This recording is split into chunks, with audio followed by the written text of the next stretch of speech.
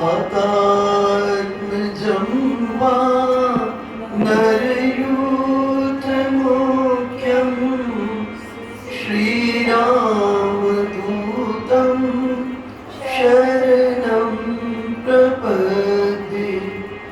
श्रीरामदूतं शरणं प्रपद्ये।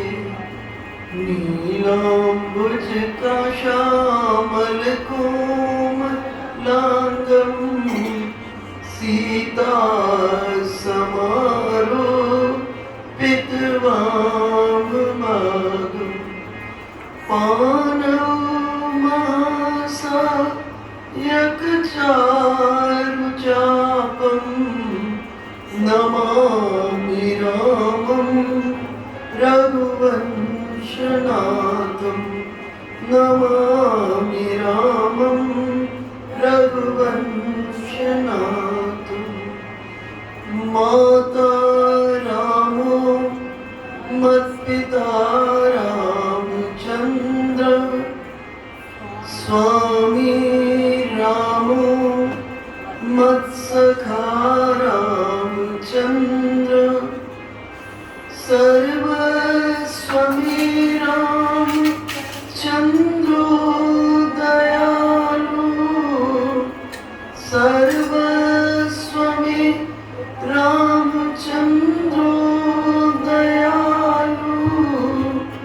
नान्यं जाने नैव जाने न जाने, नान्यं जाने नैव जाने न जाने।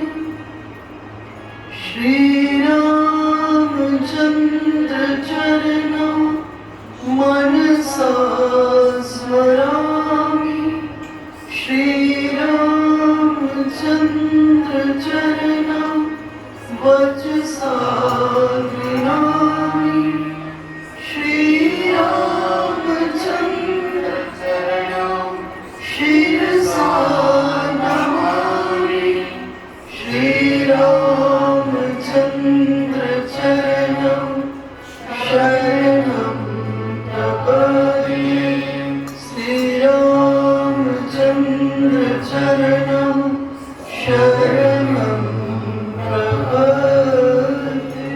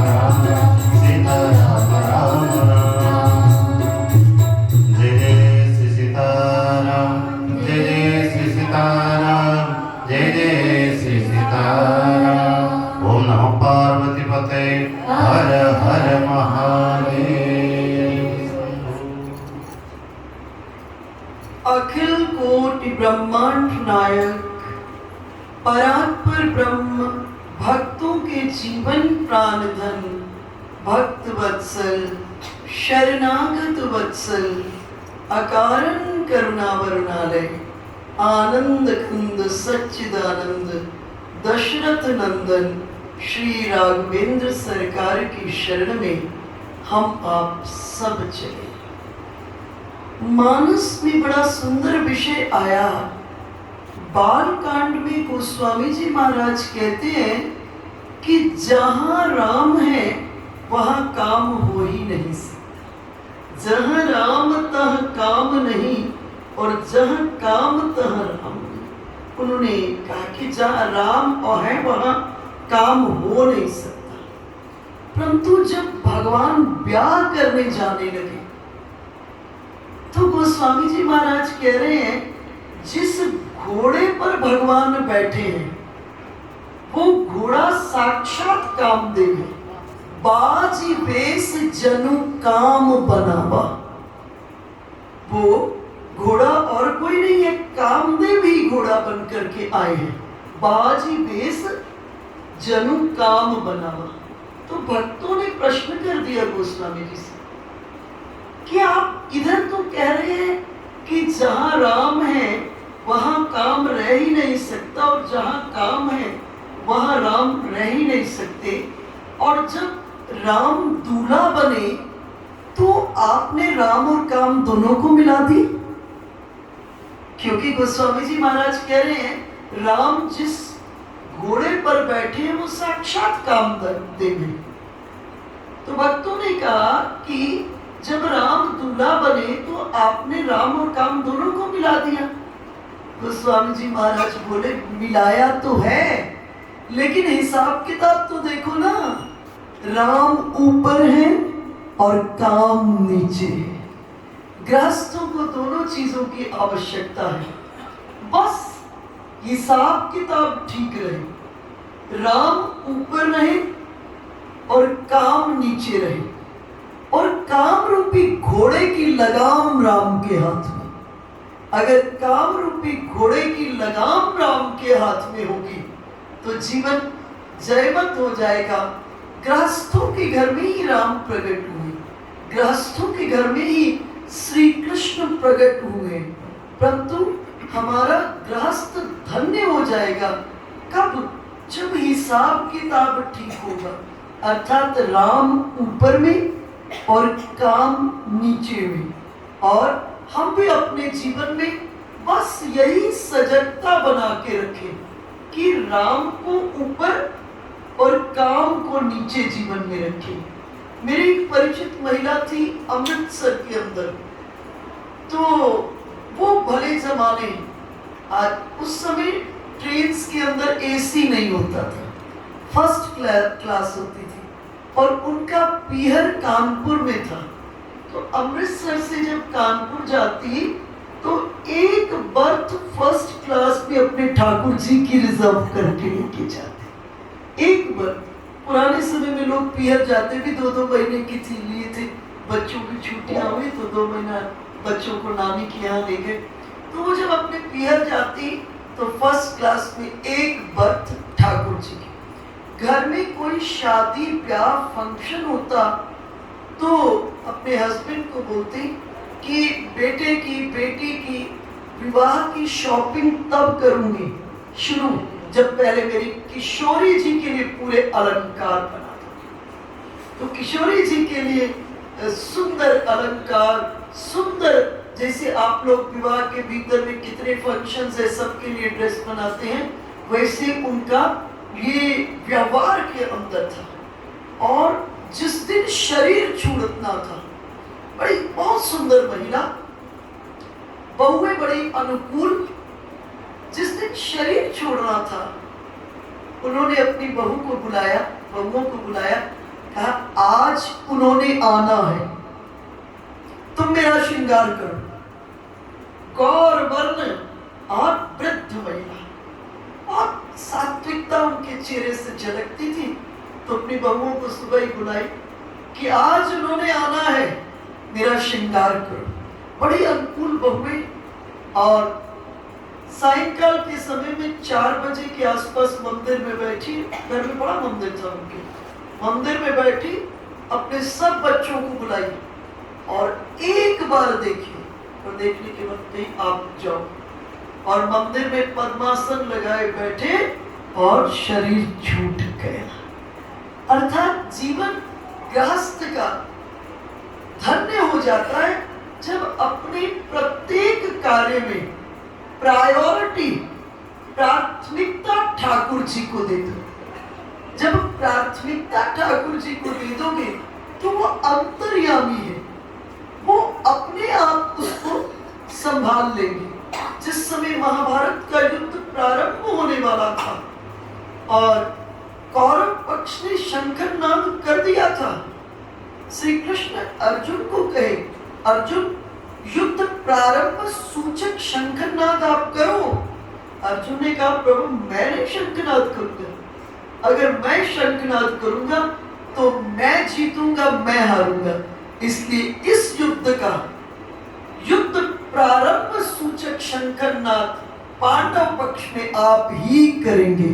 और प्रथम जो शंखनाद है कौन कर रहे हैं? श्री कृष्ण कर रहे हैं। पांचजन्यम ऋषिकेशु देवदत्तम अनंजय। तो जीवन के भीतर में मैं अक्सर इस बात को अपने जीवन में अनुभव करती हूँ, सबको बोलती हूँ देखो इधर क्या है इस पर अब हमारी पकड़ खत्म हो गई, इधर क्या है इस पर हमारी पकड़ खत्म हो गई, क्योंकि कई जन्मों के हिसाब किताब है। उन चीजों में चेंज करना अब हमारे कोर्ट के अंदर है नहीं, बचा नहीं है। पर एक काम कर सकते हैं, इधर बड़ा सा प्लस डालकर ठाकुर जी को रख लो जीवन।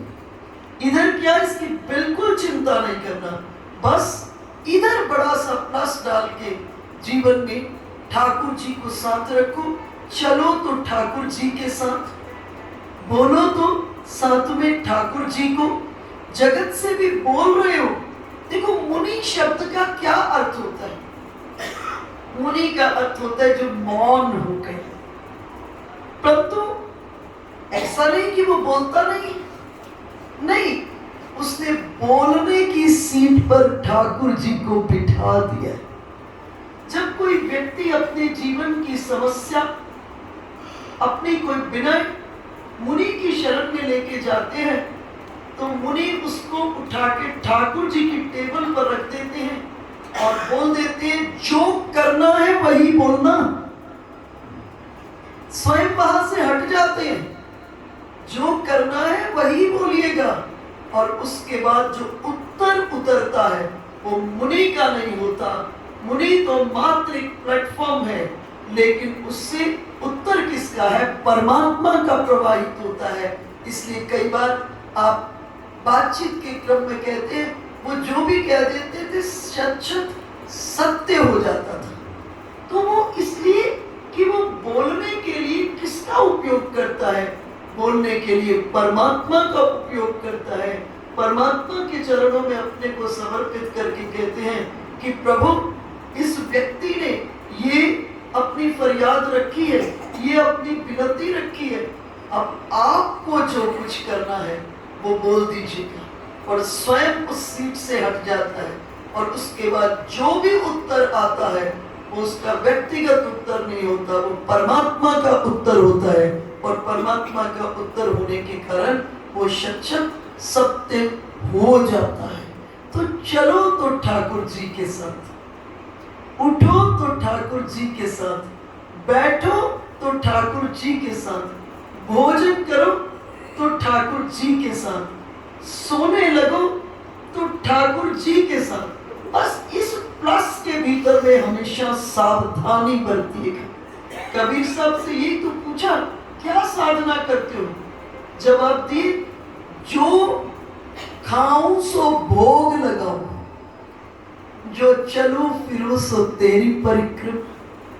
हम ठाकुर जी को भोग लगा देते, लगाने के बाद प्रसाद खाने वाले खुद हो जाते, फिर पता नहीं कितने विचारों में उलझे हुए उसको ग्रहण कर लेते हैं। पर कबीर कह रहे नहीं, जैसे बाहर में डाइनिंग टेबल लगा हुआ है उसी तरह से भीतर में भी डाइनिंग टेबल लगे। भगवान ने तो स्पष्ट ही कह दिया, अहम वैश्वानरो नरो भूत्वा प्राणिनां देवमाश्रितः प्राणापान समायुक्तः पचाम्ये नन्नै चतुर्विधम। इधर संधि विच्छेद कर दोगे तो अन्नै चतुर्विधम। तो भगवान कह रहे मैं ही वैश्वानर अग्नि के रूप में बैठकर इस अन्न को पचा रहा, इस अन्न को पचा रहा। इसलिए जैसे ही ठाकुर जी को भोग लगाने के बाद थाली आ जाए, फिर प्रसाद पाते पाते भजन करना। अलग से भजन के लिए समय नहीं ढूंढिएगा, प्रसाद पाते पाते भजन करिएगा। कैसे? जैसे ही थाली सामने में आए तो चिंतन करिएगा कि भीतर में भी डाइनिंग टेबल लगा। भगवान ने तो स्पष्ट कह दिया है, भगवान की वाणी है, मैं ही बैठा हुआ इस वैश्वानर अग्नि के रूप में इस अन्न को पचा रहा हूं। भगवान स्पष्ट घोषणा कर दिए। अब हमारे चिंतन में प्रसाद के वक्त आना जरूरी है। तो भीतर में डाइनिंग टेबल, और उस डाइनिंग टेबल पर कौन बैठे हैं? आपके इष्ट देव। ये शरीर मात्र यंत्र है, और इस यंत्र में जो अन्न की कणिका आप डाल रहे हो वो नैवेद्य के रूप में आपके ठाकुर जी को प्राप्त हो रही है। इसलिए कबीर साहब ने कहा, जो खाऊं सो भोग लगा। तो ये भोजन करना भी भजन हो गया। भाई भजन का मतलब कोई माला ही जप थोड़ा है। भजन का मतलब कोई बहुत बड़ा अनुष्ठान, कोई यज्ञ, कोई पूजा, ये नहीं है भजन का मतलब। भजन का सिर्फ इतना अर्थ है, वो विधि जिसके द्वारा आप अपने आप को ठाकुर जी से जुड़ा हुआ अनुभव करते। तो कबीर साहब ने कहा, जो चलो फिरूं सो तेरी परिक्रमा। हम सोचते हैं मंदिर में जाके परिक्रमा करेंगे।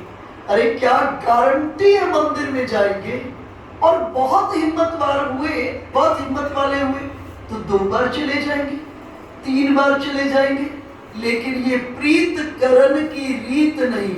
प्रभु जागत है तू सोवत है। इसलिए तो 24 घंटे का विषय है। इसलिए जमीन पर जब पांव रखो तो इस 5 साढ़े 5 फुट के शरीर में देखना चलने वाला कौन है। चलने वाला तो वही चेतन है। वो निकला तो ये मिट्टी है।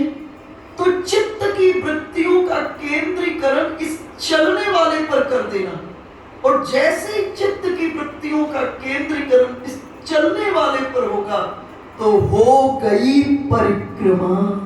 हो गई परिक्रमा। अलग से आपको कुछ नहीं करना पड़ेगा। इस अभ्यास को भी आप पकड़ में ला सकते हैं। 24 घंटे ठाकुर जी से जुड़े रहने के कौन कौन से तरीके हैं, उनकी चर्चा मैं कर रही हूँ। एक अभ्यास, क्योंकि मुझे ये पद्धति भरतलाल जी की सबसे प्यारी लगती है। जब भरतलाल जी चित्रकूट जा रहे थे, एक चरण रख के रा, दूसरा म, रा म, रा म करते करते श्री राम के पास पहुंच गए।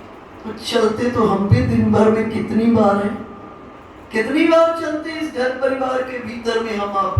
बस जरूरत किसकी है? होश की। हम बेहोश हो जाते। हमने परमात्मा को सीमा में बांध दिया, लेकिन ठाकुर जी सीमा में नहीं बंधे। सीमा में हम तुम बंधे हैं। परमात्मा की विशेषता है वो असीम है, सीमा में हम तुम बंधे।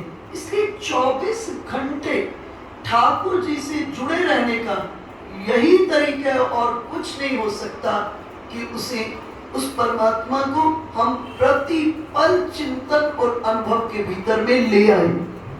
भगवान अपनी वाणी से स्पष्ट कह रहे हैं, खान वायु अग्निम सलिलम महिम च ज्योतिष शिष्पानि त्रिशूद्रमादिनी सरित समुद्रांश्च हरे शरीरम। आकाश वायु जल पृथ्वी अग्नि, भगवान कह रहे हैं अष्ट प्रकृति जो है वो मेरा शरीर है। तो हम केवल अगर ठाकुर जी को एक विग्रह तक लिमिटेड रख देंगे तो बात नहीं बनेगी। बात तभी बनेगी जो भगवान ने कहा। इसलिए क्या करें, जब सुबह उठकर अपने बेडरूम से बाहर निकले और ठंडी हवा छू जाए तो उस वक्त परमात्मा से बात करना, कहना प्रभु तुम्हारा उद्घोष है, आपने कहा है वायु आपका रूप है, और वायु रूप में परमात्मा के मिलन के आस्वादन के दौर से गुजर जाओ। हो गया भजन। जब जल पियो, दिन में कितनी बार जल पीते हो, लेकिन बेहोशी में हम जल पी लेते। भगवान कह रहे हैं जल मेरा रूप है, और जैसे ही जल कंठ से नीचे उतरे, ठाकुर जी से बात करना, कहना प्रभु आपका उद्घोष है, जल आपका रूप है, और जल रूप में परमात्मा के मिलन के आस्वादन के दौर से गुजर जाना। और जब जल कंठ से नीचे उतरे और आपकी ठाकुर जी से बात हो जाए, और उस जल की शीतलता के भीतर में आपको ब्रह्म की अनुभूति हो जाएगी।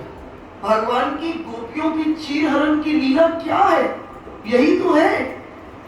भगवान गोपियों के वस्त्रों को उठा करके ले गए। गोपियां मार्गशीर्ष मास में वस्त्रों को जमुना के किनारे पर रखकर निर्वस्त्र स्नान करती थी।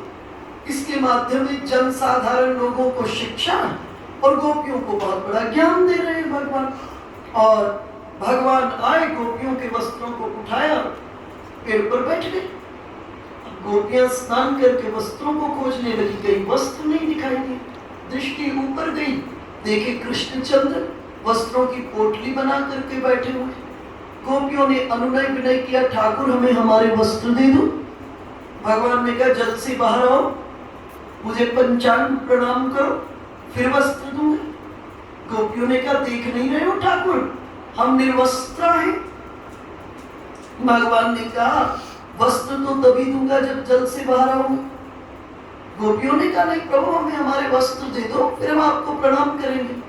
भगवान ने गोपियों को बहुत बड़ा ज्ञान देना चाह रहे थे। कहा गोपियों तुमने मुझे सीमा में बांध लिया है, माथे पर मोर पंख, गले में गुंजा वतंश, वैजयंती की माला, कटी पे पीताम्बरी, अधरों पर वेणु, ऐसे ही कृष्ण है। सुनो गोपियों मैं सीमा में नहीं बंधा हुआ।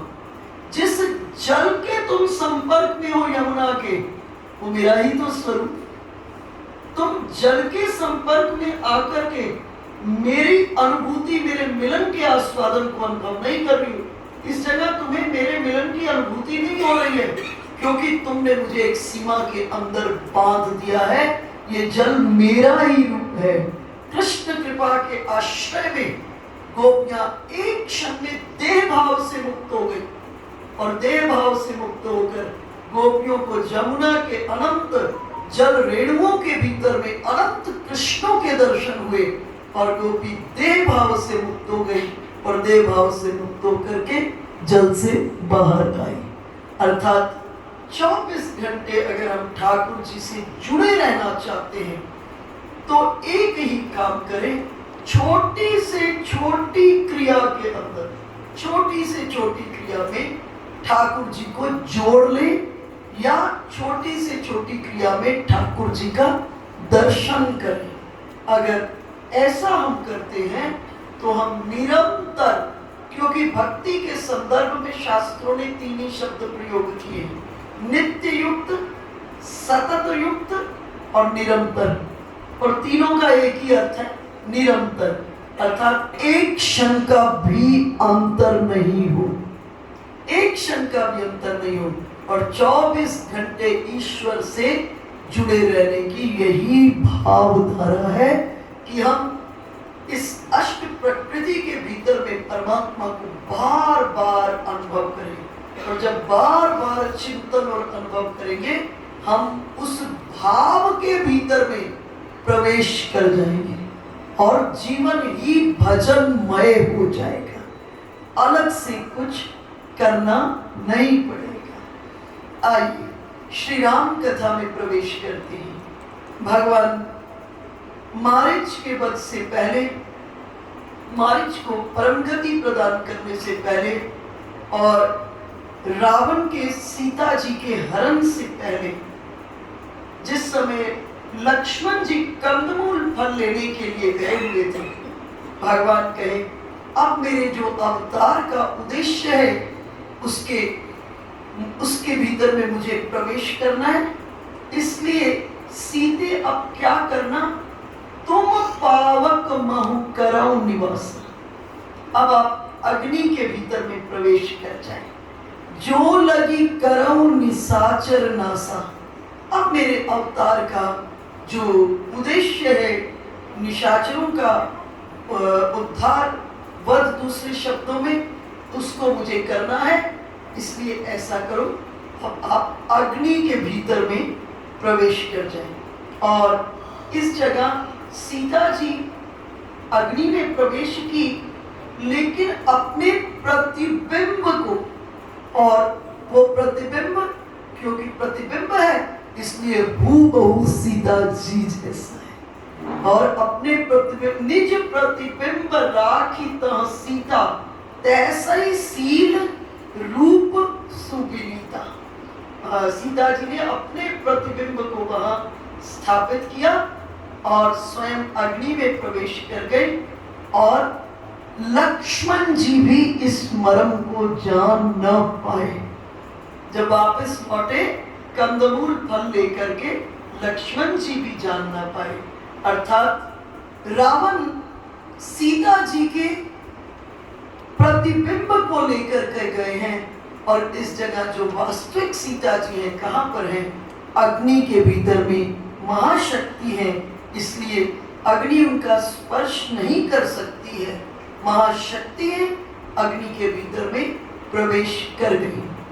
इधर सीता जी का हरण हुआ, जटायु जी को भगवान ने दर्शन दिए, उनकी अंतिम क्रिया को किया और भगवान अब चल दिए। और कहाँ पहुंचे? बहुत समय से प्रतीक्षा करते हुए शबरी के यहाँ पहुंच गए भगवान। देखो, परमात्मा जीव पर करुणा करता है, इसलिए परमात्मा के लिए एक विशेषण का प्रयोग हुआ है, अकारण करुणा वरुणा है। श्रीमद् भागवत में ये विषय उठा जब कृष्णचंद्र की बंसी बजी, तो कृष्णचंद्र की बंसी ने गोपियों को चारों पुरुषार्थ धर्म अर्थ काम मोक्ष से मुक्त करके पंचम पुरुषार्थ श्री कृष्ण के पास गोपियां चली गई। इस जगह परीक्षित ने प्रश्न किया कि प्रभु, गोपियां तो कृष्णचंद्र को जार भाव से प्रेम करती थी, फिर कृष्णचंद्र की बंसी गोपियों को चारों पुरुषार्थ धर्म अर्थ काम मोक्ष से कैसे चुरा ली? भगवान ने कहा, परीक्षित, कभी भी भगवान की करुणा, भगवान की कृपा, भगवान की वात्सल्यता पर संदेह मत करना। ये भगवान की करुणा है, भगवान नहीं देखते आप कैसे हो, इसलिए ये तो भगवान का विषय ही नहीं है कि हम कैसे हैं। भगवान का तो इतना सा विषय है, हम जैसे हैं उसमें अपनी अंतरंगता में किससे जुड़े हैं, अपनी इनर मोस्टनेस के भीतर में हम उस ब्रह्म तत्व से जुड़े हैं कि नहीं जुड़े हैं, ये परमात्मा का विषय है, उससे ज्यादा कुछ नहीं। आपने शायद वो कथा सुनी होगी, देवऋषि नारद प्रभु से पूछे कि आपसे कौन सबसे ज्यादा प्रेम करता है? भगवान ने कहा, देवऋषि लिस्ट बना के ले आओ, फिर मैं हिसाब किताब करूंगा किसकी बारी ऊपर है और किसकी नीचे। नारद जी ने लंबी चौड़ी लिस्ट बना दी और भगवान ने क्या किया, नारद का नाम सबसे नीचे कर दिया और एक किसान का नाम ऊपर कर दिया सबसे। नारद जी को बड़ा आश्चर्य हुआ कि ये खेती करता है और मैं सारे का सारा दिन भगवान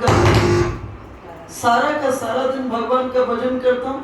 ये 2 मिनट को केवल सुबह खेत में जाते हुए भगवान का चिंतन करता है। भगवान ने सबसे पहले इसका नाम नंबर 1 पे रख दिया और मुझको नीचे। और नारद जी को संशय हो गया, भगवान से पूछे कैसे?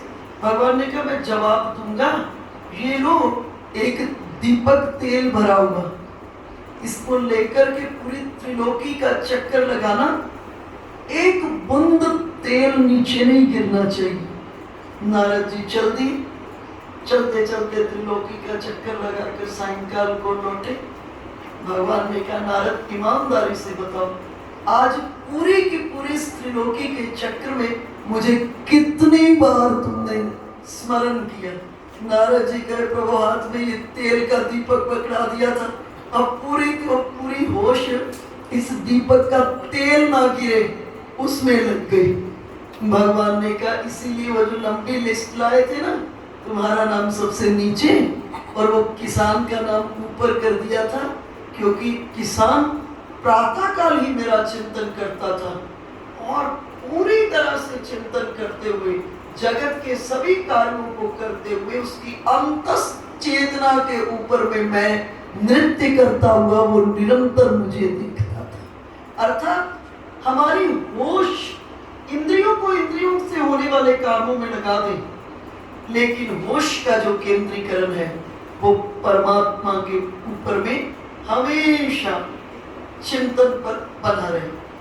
तो इस जगह आवश्यकता किसकी है कि परमात्मा की करुणा, परमात्मा की कृपा और परमात्मा की वात्सल्यता ही जीवन के भीतर में मुख्य है। और नवदा भक्ति का उपदेश परमात्मा की करुणा का विषय है। श्रीमद् भागवत में भी नवदा भक्ति का उपदेश हुआ है, लेकिन वो प्रहलाद जी कर रहे हैं। और मानस के भीतर में नवदा भक्ति का उपदेश है और इसको राघवेंद्र सरकार दे रहे हैं। देखो, ये परमात्मा की करुणा है कि उन्होंने अपने तक पहुंचने का जो मार्ग है स्वयं प्रदर्शित कर दिया है। ये राजमार्ग हुआ, क्योंकि इस मार्ग का वर्णन कौन कर रहे हैं? स्वयं परमात्मा कर रहे हैं। और स्वयं परमात्मा कर रहे हैं तो इसके बाद अन्य किसी रास्ते को खोजने की जरूरत नहीं। एक रूप में ये राजमार्ग हो गया। इस राजमार्ग पर अगर हम ठीक से चल गए तो हम निश्चित ही उस परम तत्व तक पहुंच जाएंगे, क्योंकि मार्ग कौन बता रहे हैं? मार्ग स्वयं परमात्मा बता रहे हैं। इसलिए इस मार्ग में हमको 1% का भी संशय नहीं होना चाहिए। और इस मार्ग के लिए देखो, अध्यात्म के जगत की कुल मिलाकर 3 ही मुख्य जिज्ञासाएं हैं। कौन सी जिज्ञासाएं? एक, परमात्मा कौन है? दूसरा, परमात्मा को कैसे प्राप्त करें? और तीसरा, परमात्मा की प्राप्ति के बाद क्या उपलब्धि होती है? तो परमात्मा कौन है और परमात्मा की प्राप्ति के बाद क्या उपलब्धि होती है, इन दोनों को जोड़ने की कड़ी क्या है कि उस परमात्मा को प्राप्त करने का मार्ग कौन सा है। और इस मार्ग को स्वयं कौन बता रहे हैं? स्वयं राघवेंद्र सरकार बता रहे हैं। और भगवान की करुणा किस पर हुई? शबरी पर ही करुणा हुई। शबरी को निमित्त बनाया। श्रीमद् भगवद गीता में भगवान की करुणा किस पर हुई? अर्जुन को निमित्त बनाया है, तो हम सबके लिए, लेकिन निमित्त कारण अर्जुन को बनाया और यहाँ शबरी को बनाया। शबरी पूर्व जन्म में रानी थी और राज दरबारों की एक मर्यादा होती है। तो एक चीज की शबरी को बहुत पीड़ा होती थी। सब सुख थे, सब व्यवस्थाएं थी, लेकिन सार्वजनिक रूप में राज परिवारों के कुछ मर्यादा होती है। तो सार्वजनिक रूप में किसी कीर्तन में, सार्वजनिक रूप में किसी कथा में, सार्वजनिक रूप में किसी मंदिर में जाने के लिए थोड़ी सी कठिनाई थी। तो हृदय के भीतर में ये बहुत पीड़ा होती थी शबरी को। और पूर्व जन्म में जब रानी के रूप में थी, एक दिन महाराज के साथ प्रयाग स्नान करने गई और प्रयाग में स्नान कर रही थी। संगम पर एक लहर आई बहुत तीव्र और इस रानी को बहा करके ले गई। वासना अंतरंग में परमात्मा की प्राप्ति की थी और इसी वासना के बाद के साथ पुनः जन्म हुआ। और जब इस वासना के साथ जन्म हुआ तो एक भीलों के परिवार में जन्म हुआ, भीलों में राज परिवार में जन्म हुआ। और आज शबरी का विवाह निश्चित हो गया। सायंकाल में अपने घर में बाहर निकली तो देखी बहुत से बकरे बंधे हुए लाइन में। सखी से पूछी अपनी सहेली से, ये सब इतने बकरे क्यों आए हैं? कहीं कल तुम्हारा विवाह है और इनका भोज होगा। हृदय के भीतर में बड़ी पीड़ा हुई।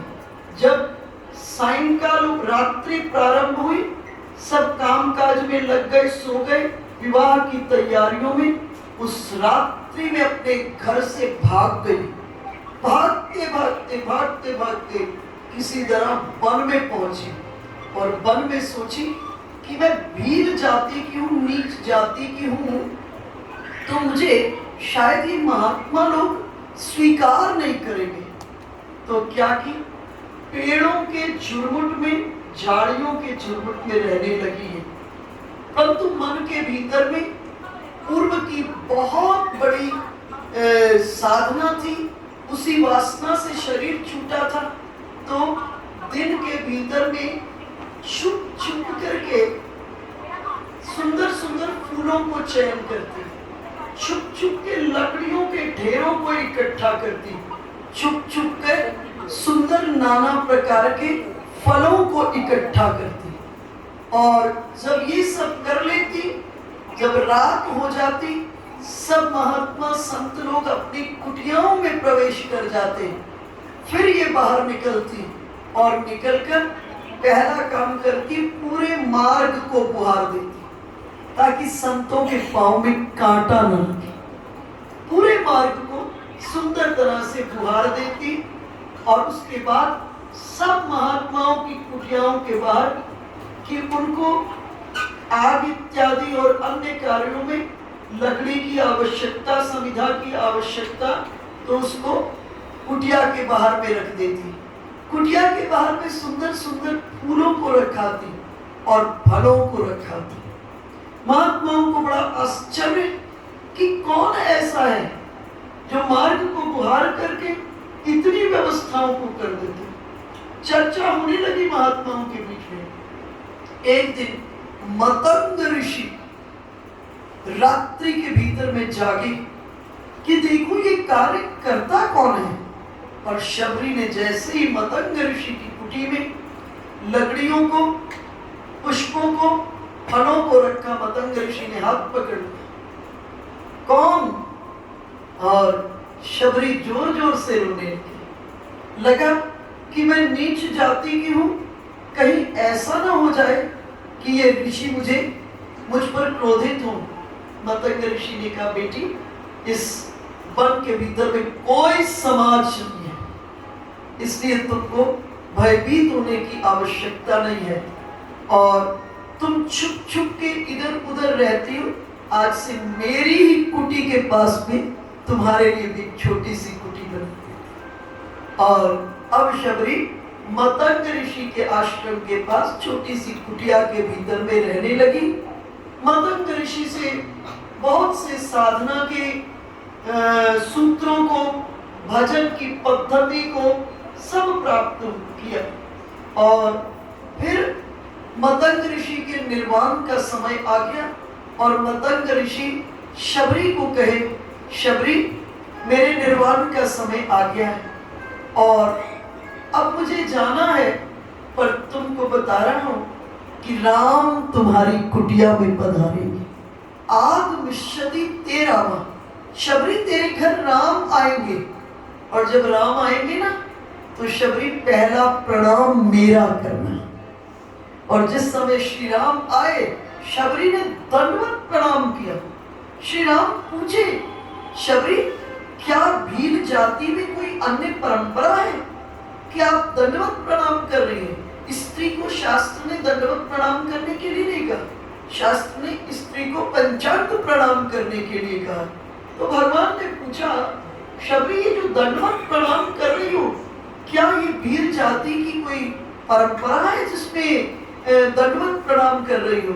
शबरी ने कहा, नहीं प्रभु, ये मेरे गुरुदेव मतंग ऋषि ने जाते वक्त मुझे कहा था कि शबरी तुम बहुत सौभाग्यशालिनी हो, तुम्हारे घर राम आएंगे, और जब राम तुम्हारे घर आएंगे तो शबरी पहला प्रणाम मुझे करना। ये कहकर के मतंग ऋषि विदा हो गए। अभी शबरी की आयु बहुत छोटी है और शबरी साधना के साथ साथ परमात्मा के आने की प्रतीक्षा में लग गई। परमात्मा की प्राप्ति में प्रतीक्षा की बहुत बड़ी भूमिका है। जितनी बड़ी प्रतीक्षा उतने दर्शन के भीतर में आनंद। आज से 40 बरस पहले तक, मुझे लगता है 40-50 बरस पहले तक, जब लोग बद्रीनाथ जाते थे, चार धाम, उत्तराखंड के चार धाम का यात्रा करते थे, कठिन यात्रा, मार्ग नहीं बने हुए थे इतने अच्छे, और रास्ते में कोई भोजन की व्यवस्था नहीं। चलते हुए जब जाते थे, गांव वालों से विदा भी ले लेते थे लोग कि पता नहीं वापस लौटेंगे कि नहीं। साथ में ही मुझे एक ऐसी महिला मिली, वो बताई कि मैं चारों धाम पहाड़ से पैदल गई थी। चारों धाम पहाड़ से, कुमाऊं से वो ये चारों धाम का दर्शन पैदल करके आए। तो मैं उनसे पूछी, उस समय में तो व्यवस्थाएं नहीं थे, तो आप लोग भोजन इत्यादि?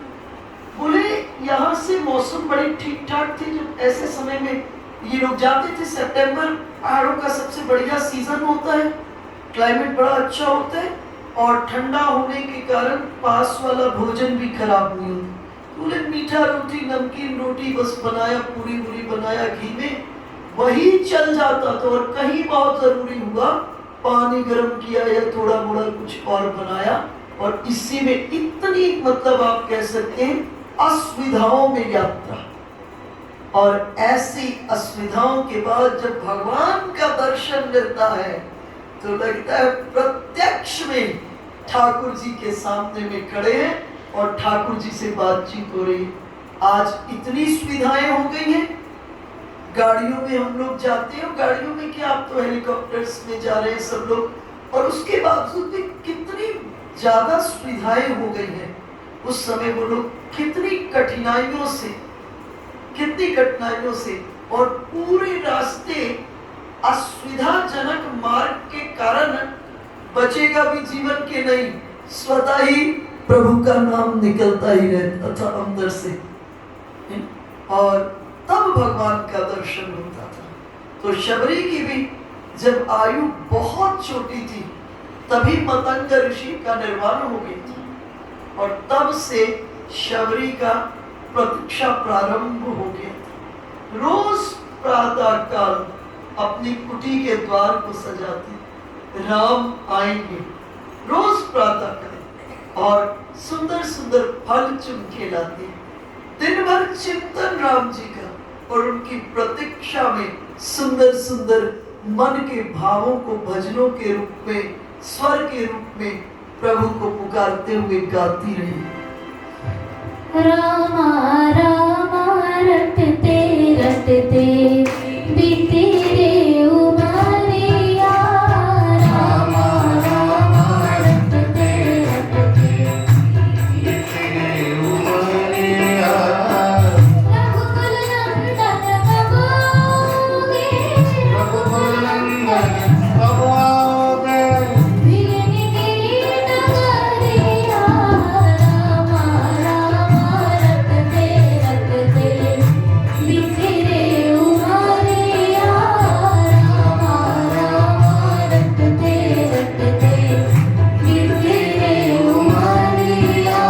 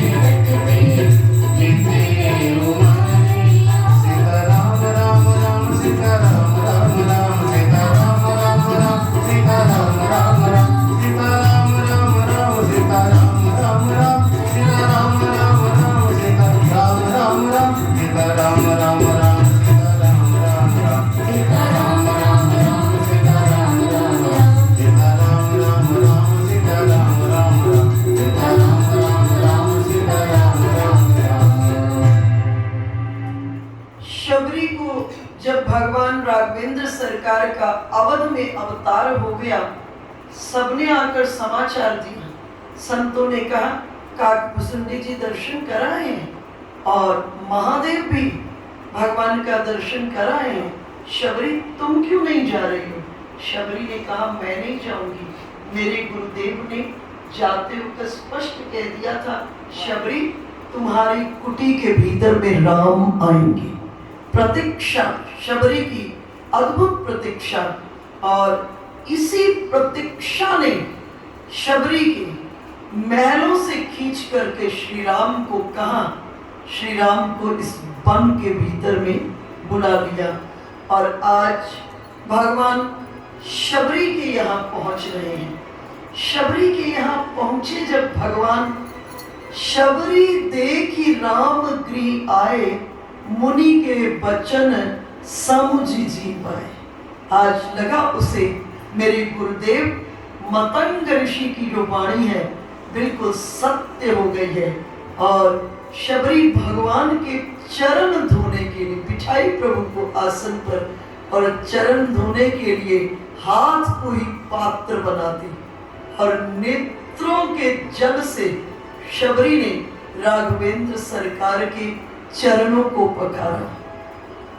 राघवेंद्र सरकार अभी सीता जी का हरण हुआ है, बड़े लीला के पटल पर चिंतित और अभिनय करते वक्त बहुत चिंतित दिखाई दे रहे हैं।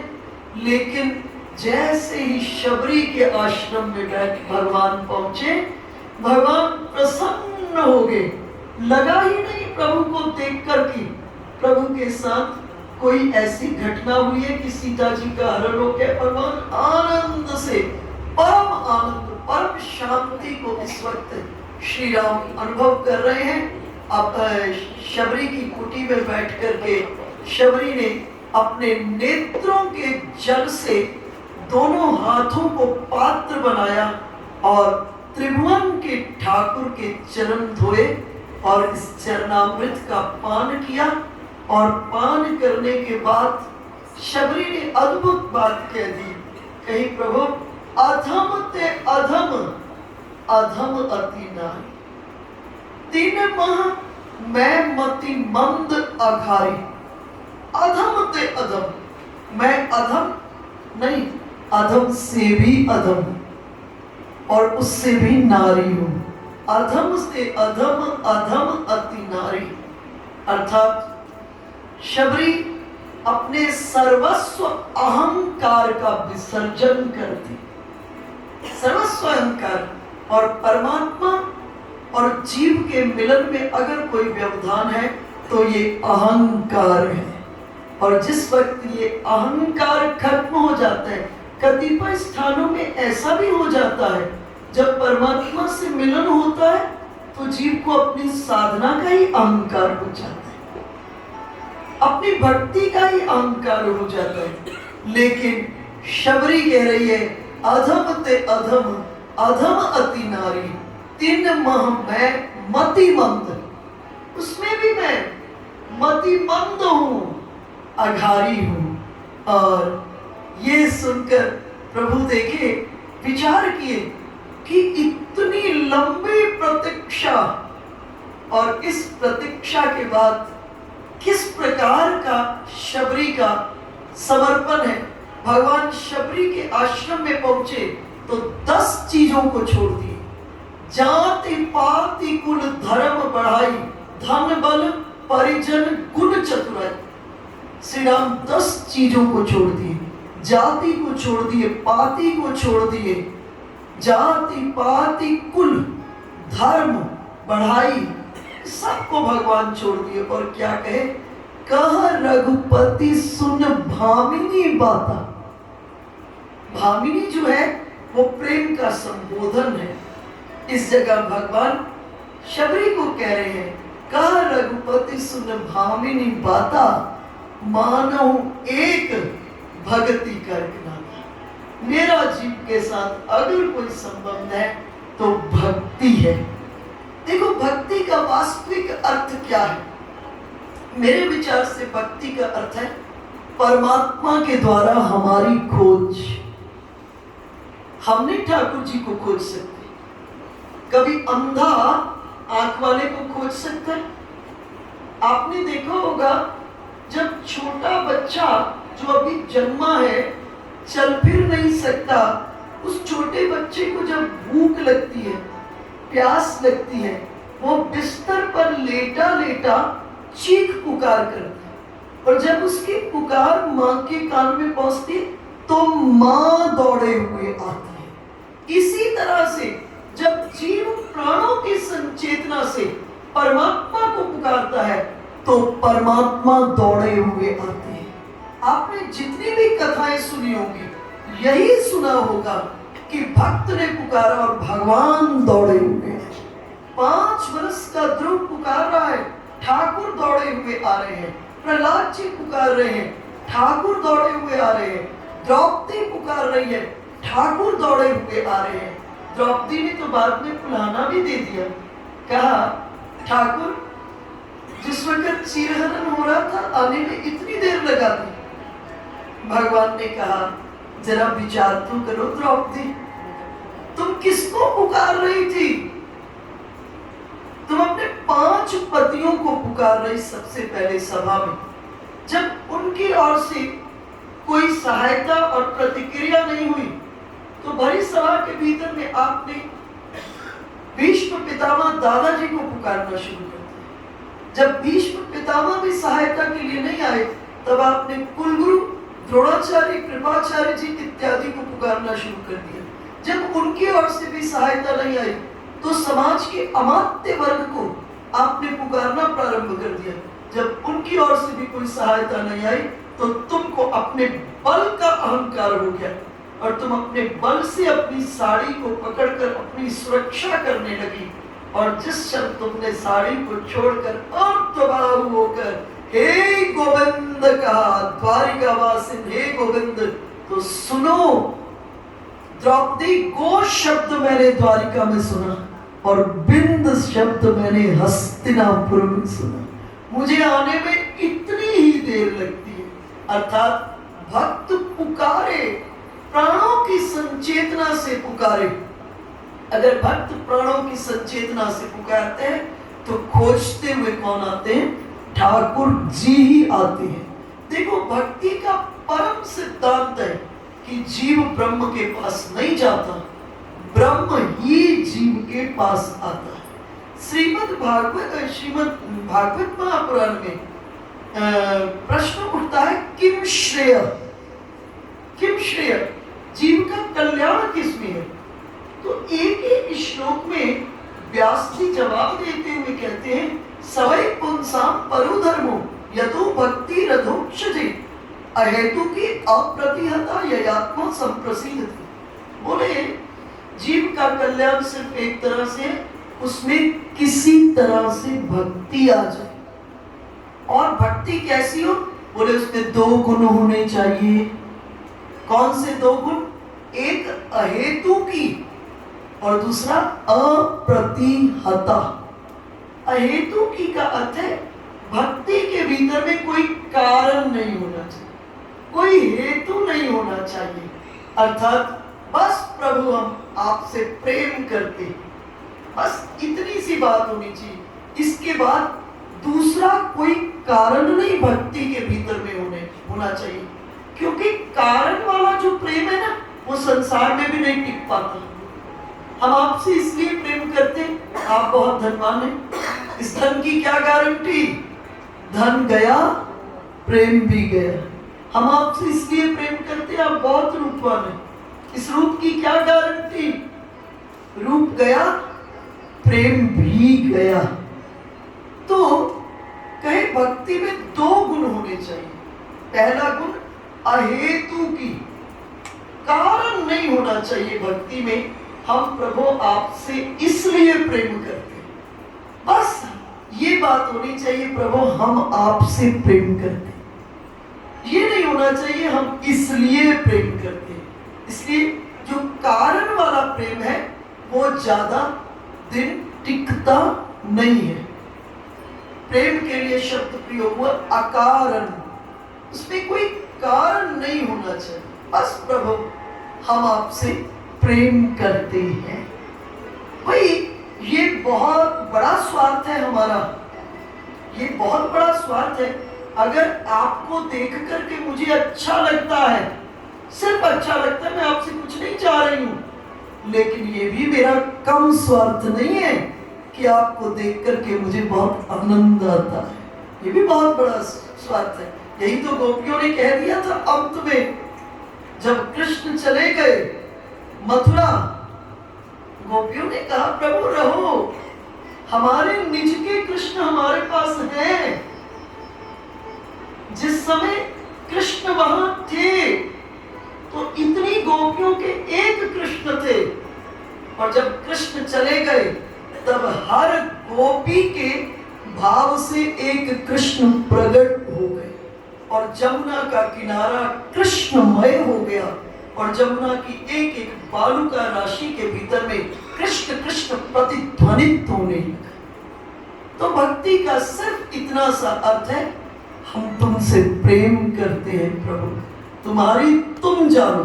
मैं तो इस बात को यूं भी कहती हूं, संसार में अगर किसी से प्रेम करते हो ना, कभी जीवन में उसको जानने की कोशिश मत करो, क्योंकि जैसे ही जानने की कोशिश करोगे ना, प्रेम खत्म होना प्रारंभ हो जाएगा, प्रेम खत्म होना शुरू हो जाएगा।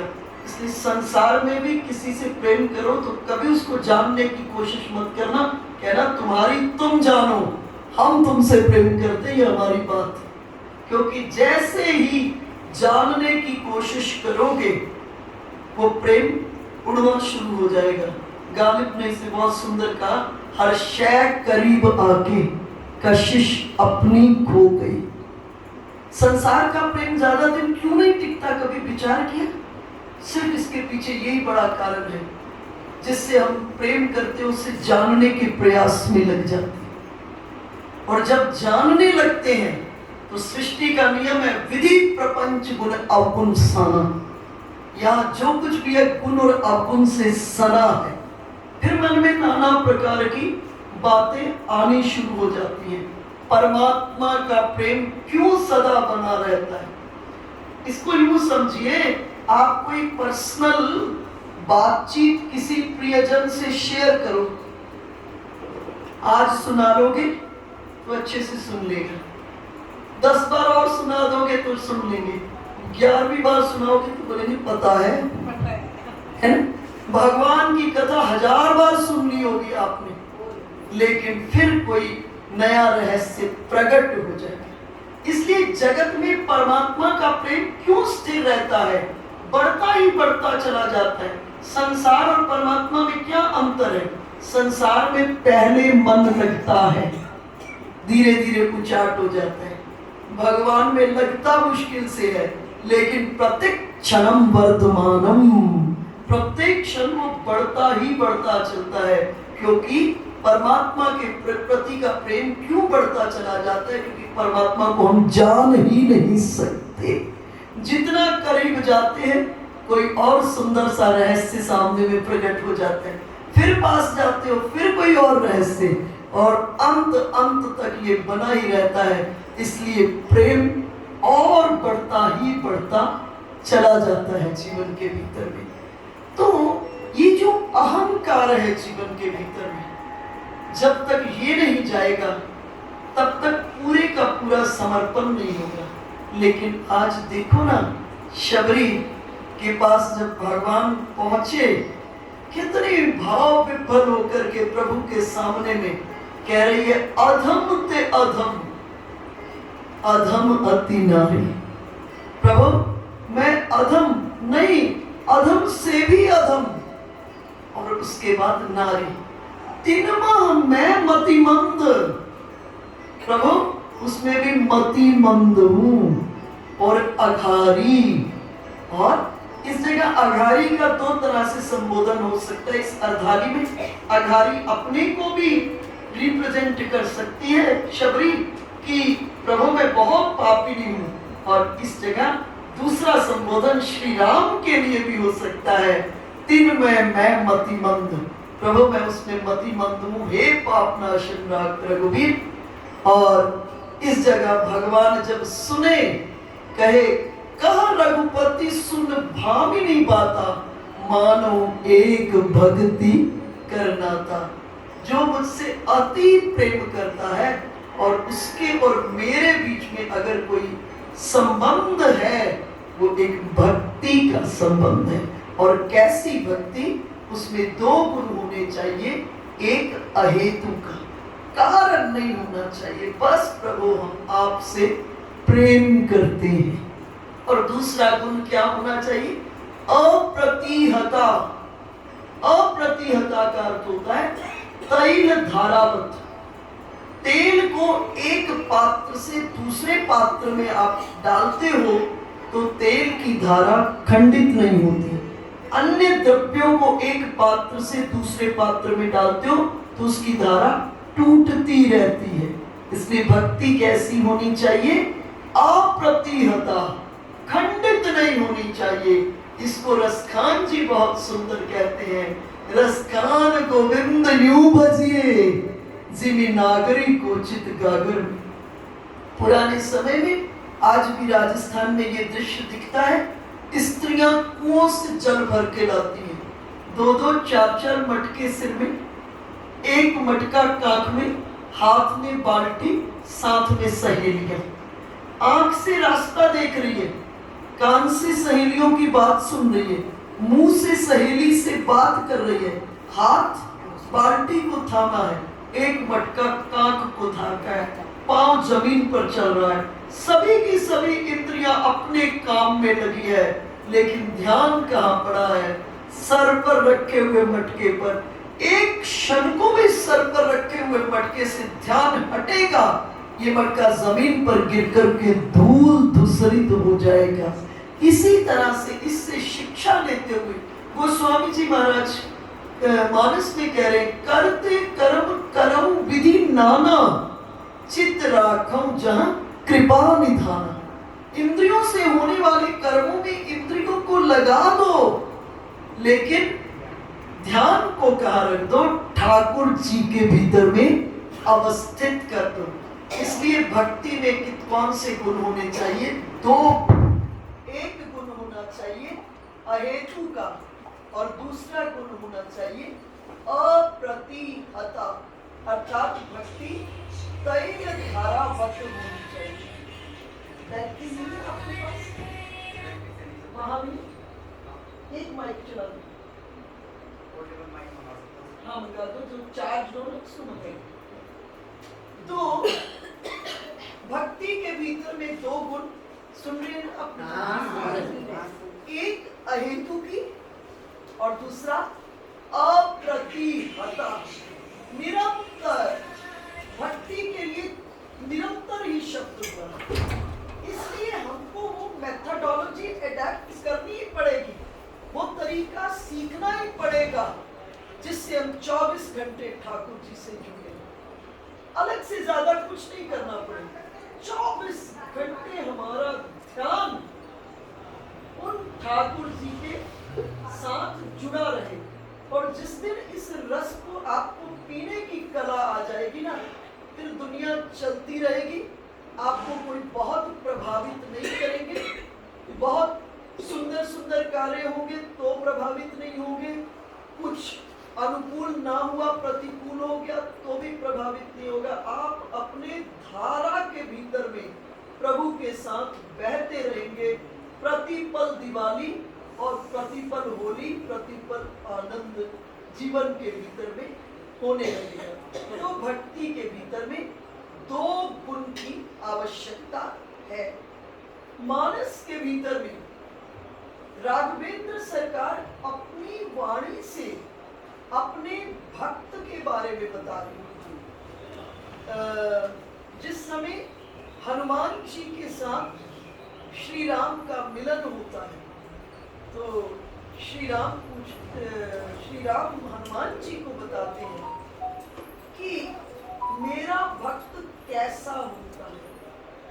इसलिए श्रीमद् भागवत के अंतर्गत में जो भक्ति शब्द है, उसको वो संस्कृत की भज धातु से निष्पत्तित है, और जिसका अर्थ होता है सेवा करना। भक्ति का एक अर्थ हो गया सेवा करना। तो प्रश्न उठा किसकी सेवा करना? शास्त्रों ने कहा परमात्मा की सेवा करना। तो प्रश्न उठा परमात्मा को ढूंढने कहाँ जाएंगे? सेवा करने के लिए भगवान को ढूंढने कहाँ जाएंगे? तो इस बात का जवाब कौन दे रहे हैं? स्वयं श्री राम कह रहे हैं, सो अनन्य जाके असी मति न टरई हनुमंत, मैं सेवक सचराचर रूप स्वामी भगवान। कहे इस जगत में रहते हुए अपने को सेवक मानना, देखो ये है तो कठिन, इतना सरल नहीं है इस वृत्ति को लाना जीवन। आज से हम प्रैक्टिस करते हैं तो बनत बनत बन जाएगी, कभी तो बनेगी ना, कभी तो हमारी वृत्ति ऐसी बनेगी ना कि भगवान की ये बात हमारे जीवन में उतर जाएगी कि हम अपने को सेवक ही मानने लगे। ऐसी वो सौभाग्य की संध्या कभी तो हमारे जीवन में आएगी जब हम अपने को सेवक मानेंगे और जगत में जो भी दिखाई देगा उसको हम क्या क्या मानेंगे? ठाकुर जी का रूप मानेंगे। और ये वृत्ति जिस दिन आ जाएगी जीवन के भीतर में, उस दिन हर वक्त जहां तक दृष्टि हमारी जाएगी हमें उस परमात्मा को छोड़कर अन्यत्र कोई नहीं दिखाई देगा। और इस वृत्ति को प्राप्त करने के लिए मार्ग जो बता रहे हैं, जो राजमार्ग स्वयं बता रहे राघवेंद्र सरकार, वो नवधा भक्ति के रूप में है। प्रथम भक्ति संतन कर संगा। सिर्फ आप 9 भक्ति को देखिएगा, पहली भक्ति को छोड़ करके, पहली भक्ति को छोड़ करके जितनी भक्ति है 8 की 8 में भगवान ने कंडीशन लगा दी। सिर्फ एक पहली भक्ति है अनकंडीशनल, इसमें कोई कंडीशन नहीं लगाई। शेष 8 में भगवान ने कंडीशन लगा दी है। कौन सी अनकंडीशनल भक्ति है? प्रथम भक्ति संतन कर संग, इसमें कंडीशन नहीं लगाई। बोले जैसे तुम हो संतों की शरण में चले जाओ। पलटू दास जी कहते हैं बनत बनत बन जाई, पड़ा रहे संत के द्वारे। बोले संत के दरवाजे पर जाके बैठ जा, कभी तो बन ही जाएगी। पलटू दास जी तो बड़ी विचित्र कहते हैं, वो कहते हैं स्वान बिरती होई सो खाई। बोले कैसे बैठना संत के दरवाजे पर? बोले कुत्ते की वृत्ति से बैठना।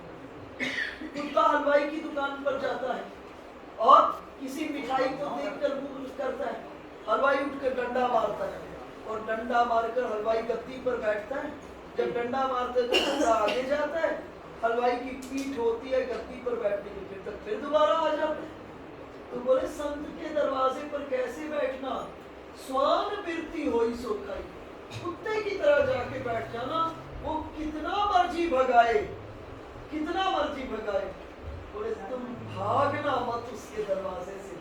और अगर नहीं भागोगे उसके दरवाजे से, फिर जीवन के भीतर में आपका परमात्मा के साथ संबंध गहरा अपने आप संत के माध्यम से बन जाएगा। देखो संतों के पास रहना, हालांकि कोई कंडीशन नहीं लगाई है, लेकिन संतों के पास रहना, रहने से ही ज्यादा कुछ करना नहीं। इसलिए हमारे वेद क्या कहते हैं? गुरु और शिष्य इकट्ठे साधना करें। ओम सहना भुनक्तु। किस लिए कहते हैं? शिष्य और गुरु इकट्ठे साधना करें।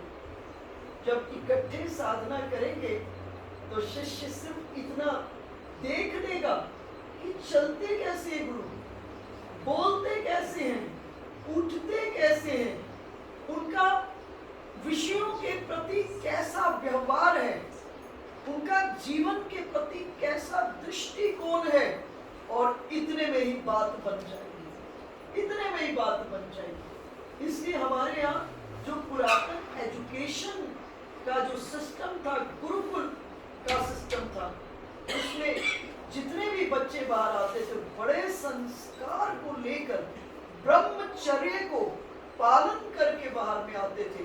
और जब तो फिर उत्तम गृहस्थ, क्योंकि ब्रह्मचर्य में रहकर ऊर्जा का संरक्षण, गुरु के सानिध्य में रहकर के इतना कुछ प्राप्त हो जाता था, बिना बोले ही गुरु के माध्यम से इतना कुछ प्राप्त हो जाता था उस समय में, कि फिर आगे का जीवन सहजता में बड़े आनंद से कटता था। इसलिए जो पहली भक्ति है उसमें कोई कंडीशन नहीं लगाई, कहा प्रथम भक्ति संतन कर संगा, संग करना संतों का, जाकर के संग करना संतों का।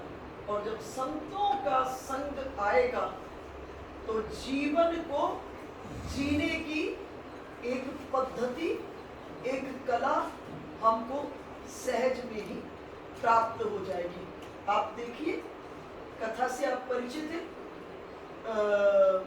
ध्रुव जी तो चल दिए थे विष्णु भगवान को प्राप्त करने के लिए, भगवान अकेले भी तो ध्रुव जी को प्राप्त कर सकते, ध्रुव जी चल ही दिए थे। प्रहलाद जी भी, दूर छोड़िए, पार्वती जी भी शिव को प्राप्त करने के लिए चल ही दी थी, लेकिन भगवान ध्रुव को स्वीकार नहीं किए। क्या किए? भगवान ध्रुव के पास पहले नारद जी को भेजे। नारद जी को भेजे। क्यों नारद जी को भेजे? इसलिए भेजे कि गुरु के पास रहेंगे तो क्या है, जो भीतर का अहंकार है उस अहंकार को गुरु तोड़ेंगे, उस अहंकार को गुरु खत्म करेंगे, और तब ये शुद्धाति शुद्ध होगा। और तब शुद्धाति शुद्ध होगा तो मेरे रस को प्राप्त कर पाएगा अपने जीवन के भीतर। प्रहलाद जी के जीवन के भीतर में, जब प्रहलाद जी गुरुकुल के भीतर में थे और एक दिन जो आचार्य थे शंडकर्म, वो कहीं चले गए, तो जितने दैत्य बालक थे सब प्रहलाद जी के पास इकट्ठे हो गए। प्रहलाद जी से प्रश्न किए कि हम सब तो एक ही असुर जाति के सब हैं, तो प्रहलाद एक बात बताओ, तुम्हारे भीतर में ये इतनी भक्ति कहां से आ गई? तब प्रहलाद जी ने कहा कि जब मैं मां के गर्भ में था तब देवर्षि नारद के आश्रम में था, गर्भ के भीतर में ही मुझे सत्संग की प्राप्ति हो गई थी। अर्थात संत की शरण में जाएंगे तो किसकी प्राप्ति होगी? सत्संग की प्राप्ति होगी। और उस सत्संग से किसकी प्राप्ति होगी? विवेक की प्राप्ति होगी। और उस विवेक को प्राप्त करके जीवन के भीतर में आनंद ही आनंद है। इसलिए राघवेंद्र सरकार ने सिर्फ एक पहली भक्ति है, प्रथम भक्ति संतन कर संगा, कोई कंडीशन नहीं लगाई। लेकिन दूसरी में कंडीशन लगा दी, दूसर रति मम कथा प्रसंग। खाली कथा को सुनने के लिए नहीं कहा, कथा में रति होनी चाहिए, खाली सुनने को नहीं कहा, कथा में रति होनी चाहिए। रति का अर्थ है कि कथा के शब्द से जो रूप प्रकट हो, उस रूप के मिलन के आस्वादन के दौर से आप गुजर जाओ, इसे कथा में रति कहा है। आप जानते हो, जिस समय कृष्णचंद्र वेणुवादन करते हैं तो गोपियां अपने घरों में ही थी, गोपियां अपने घर के भीतर में ही थी। और उस समय घर में रहते हुए गोपियां कृष्णचंद्र की बंसी को सुनकर मन से वहां पहुंच जाती थी। इसी तरह से कथा में रति भी यही है। जब हम कहें जमुना के किनारे पर अखिल कोटि ब्रह्मांड नायक परात्पर ब्रह्म कृष्णचंद्र, माथे पर मोर पंख, गले में गुंजा वतंश वैजयंती की माला, कटी पर पीतांबरी, अधरों पर वेणु धारण करके वेणु वादन करते हुए यावत जगत के आंतरिक और बाह्य अंधकार को विदीर्ण कर रहे हैं, तो आप यहाँ मत बैठिएगा, मन से उड़ के जमुना के किनारे पर पहुंचकर श्री कृष्ण के मिलन के आस्वादन के दौर से गुजर जाएंगे। इसका नाम है कथा में रति। खाली कथा सुनने के लिए नहीं कहा, इसने कहा कथा के भीतर में रति होनी चाहिए। तीसरी भक्ति, फिर कंडीशन लगा दी, गुरु पद पंकज सेवा। तीसरी भक्ति अमान, खाली गुरु के चरणों की सेवा नहीं, मान को छोड़कर, अहंकार को छोड़कर गुरु के चरणों की सेवा। आजकल मैं बहुत स्थानों पर इस चीज को देखती हूं, आपस में सेवा के क्रम में ही कुछ शिष्यों के बीच में अहंकार हो जाता है। सेवा करते करते इसने कंडीशन क्या लगा दी, अमान, मान को छोड़ करके सेवा करना। और जब मान को छोड़ करके सेवा करोगे तो गुरु के शरण से किस चीज की प्राप्ति होगी?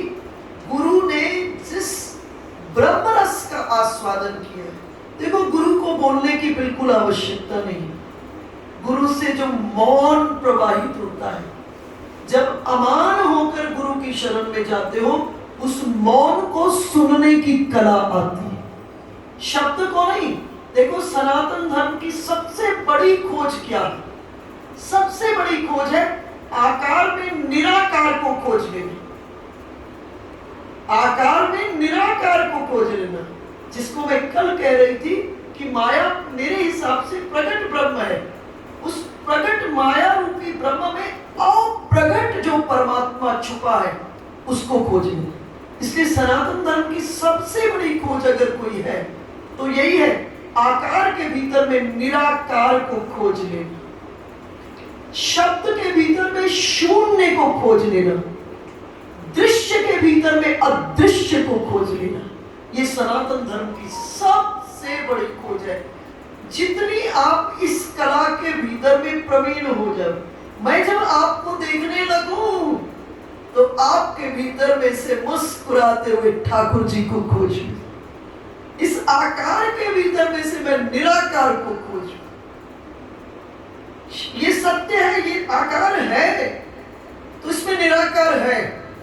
मैं आकार में न खो जाऊं, आकार में खो गई तो माया हो जाएगी, लेकिन इसमें जो अविनाशी अजन्मा, जो अजन्मा होकर पूरी सृष्टि को जन्म दे रहा है, जो कामना रहित होकर पूरी सृष्टि की कामना पूर्ण कर रहा है, उसको मैं खोजूं। जिस दिन जितनी मेरी गहरी प्रकट हो जाएगी, उसको खोजने में उतना आनंद हो जाएगा। फिर नजर में फूल बहके, दिल में फिर शम्मा जली, फिर तसव्वुर ने लिया उस बज़्म में जाने का नाम। जहां देखोगे कोई दिखेगा ही नहीं। और यही जो भावधारा है, मुझे लगता है अंततः इस भावधारा से उत्तम कुछ नहीं हो सकता। फिर आप उस रस में देह से आप उपराम हो जाते हो, उपराम होकर के अपनी आत्मा के भीतर में अवस्थित होकर के परम रस का आस्वादन करते हो। ये सनातन धर्म की सबसे बड़ी खोज है। इसलिए गुरु का शब्द नहीं, गुरु के मौन को सुनना आना चाहिए। वो शिष्य धन्य है जिसको अपने गुरु के मौन को सुनने की कला आ गई। इसलिए कंडीशन लगा दी, खाली सेवा नहीं करना, अमान, मान को छोड़ करके, क्योंकि अगर अहंकार आ गया रहते होंगे फिर रस नहीं मिलेगा, फिर तो और भटक जाओगे।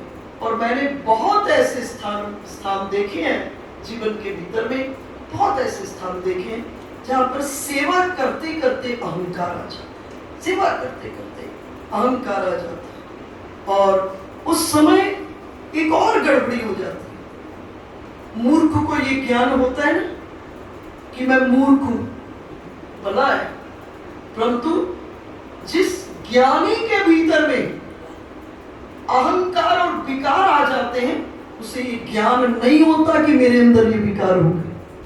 शरीर के रोग और मन के रोगों में यही अंतर है।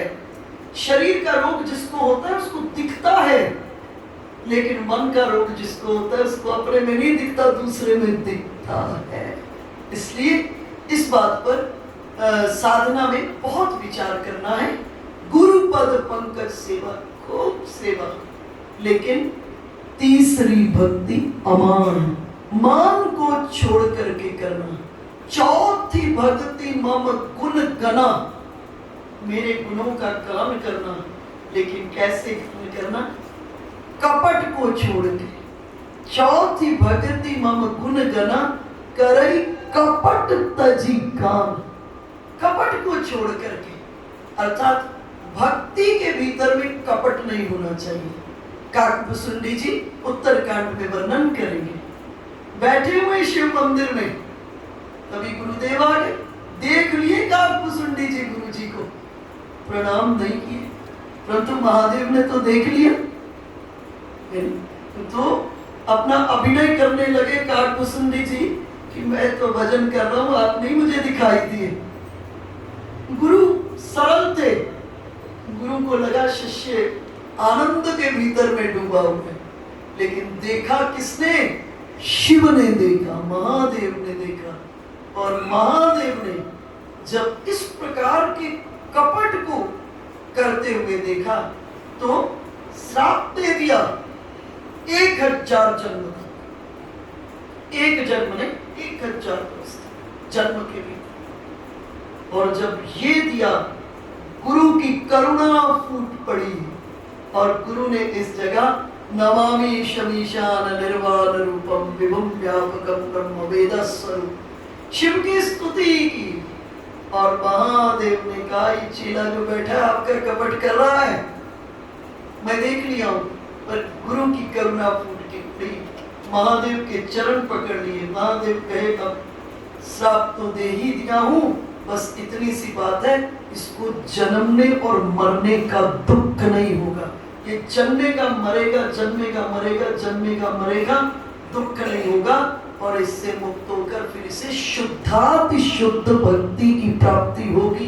इसलिए काकभूषुंडी जी कहते हैं, इसी देह के भीतर में मैं वासना से रहित हुआ, इसी देह के भीतर में मैं कपट से रहित हुआ, इसलिए मुझे ये कौवे वाली देह बहुत प्यारी है।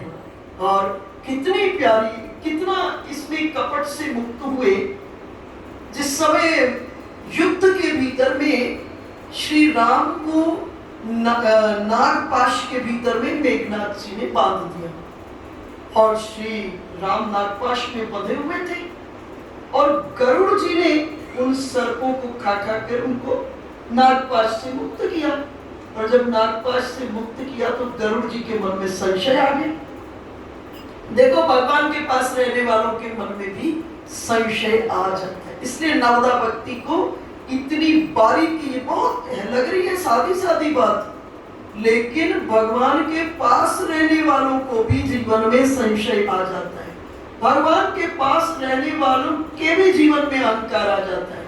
जिस समय हनुमान जी जा रहे, जिस समय मेघनाथ का बाण लगा, लक्ष्मण जी को मूर्छित पड़े थे, तो सुषेण हनुमान जी ने उनको युद्ध के मैदान से उठाया और ला करके राम जी के पास छोड़ दिया।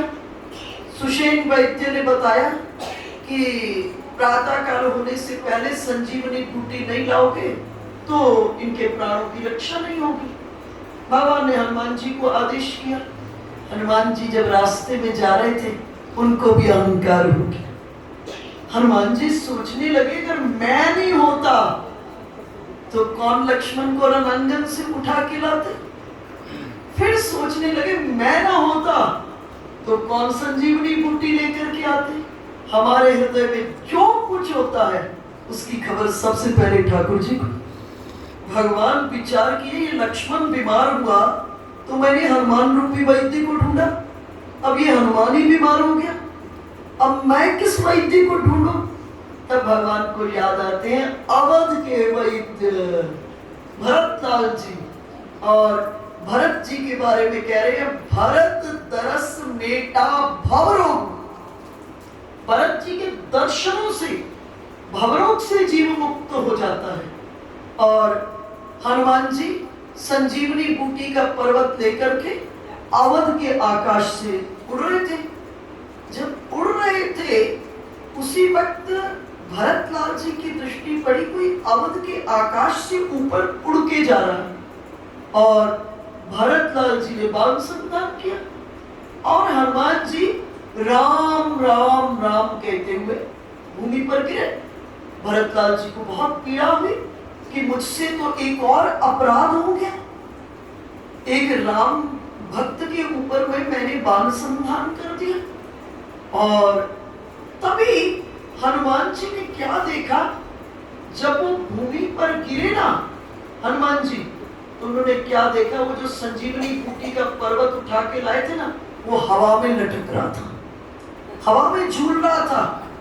और हनुमान जी का अहंकार एक क्षण में खत्म हुआ। सोचने लगे कि इसको अगर मैंने उठाया होता तो ये मेरे साथ जमीन पर गिरता, इसका मतलब इसको मैंने नहीं उठाया था, इसको किसी और ने उठा रखा था। तो अहंकार खत्म हो गया हनुमान जी का।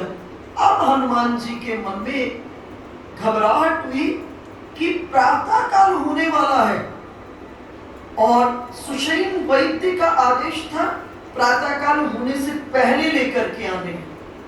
तो भरतलाल जी ने हनुमान जी के संशय को पढ़ा, हनुमान जी को कहा, हे कपि आप घबराइए नहीं, ऐसा करिए मेरे बाण पर बैठ जाइए, मेरा बाण आपको श्री राम के पास ले जाएगा। चढ़ मम सायक सैल समेता पठवम तहन जहां रमा निकेता, मेरे बाण पर बैठ जाओ। हनुमान जी सोचे कि आज तक मैंने जन्म से लेकर आज दिन तक इतने बाण देखे जो सूर्य की रश्मियों को प्रकट करते हैं, जो विष को प्रकट करते हैं, जो अग्नि को, जो वायु को, जल को, पर ऐसा बाण तो देखा नहीं जो जीव को ब्रह्म के पास ले आए। हनुमान जी बैठे संजीवनी बूटी के पर्वत को लेकर के बाण के ऊपर चढ़ गए और बाण पहुंच गया राम जी के पास। लक्ष्मण जी को स्वस्थ किए और स्वस्थ करने के बाद भगवान ने पूछा, हनुमान आप मेरे पास भी रहे और आपने भरत का भी दर्शन किया, आपको मुझ में और भरत में कोई अंतर दिखाई दिया? हनुमान जी ने कहा, प्रभु बहुत बड़ा अंतर दिखाई दिया, आपके पास रहते हुए भी हृदय में अहंकार आ गया। और भरत जी के पास दो बाण हैं, एक बाण से जीव का अहंकार खत्म करते हैं और दूसरे बाण से जीव को आपके पास भेज देते हैं। श्री राम मुस्कुराते हुए कहे, भरत जो हनुमान जो दूसरा गुण है कि मेरा बाण लगते, भरत का बाण लगकर जैसे जीव मेरे तक आया, तो मेरा बाण लगकर भी जीव मेरे पास आता है। हनुमान जी ने कहा, प्रभु आता तो है पर तब आता है जब संसार से छुट्टी हो जाती है, लेकिन ये जो भरतलाल जी का बाण है, संसार में रहते हुए उनके पास दो बाण है। पहले बाण से जीव के अहंकार को खत्म करते हैं, दूसरे बाण से जीव को ब्रह्म के पास भेज देते हैं। विषय पर वापस लौटती हूँ। गरुड़ जी के मन में संशय हो गया। अब संशय हुआ, इस संशय के निवारण के लिए गरुड़ जी कहाँ जाने लगे? शिव जी के पास कैलाश।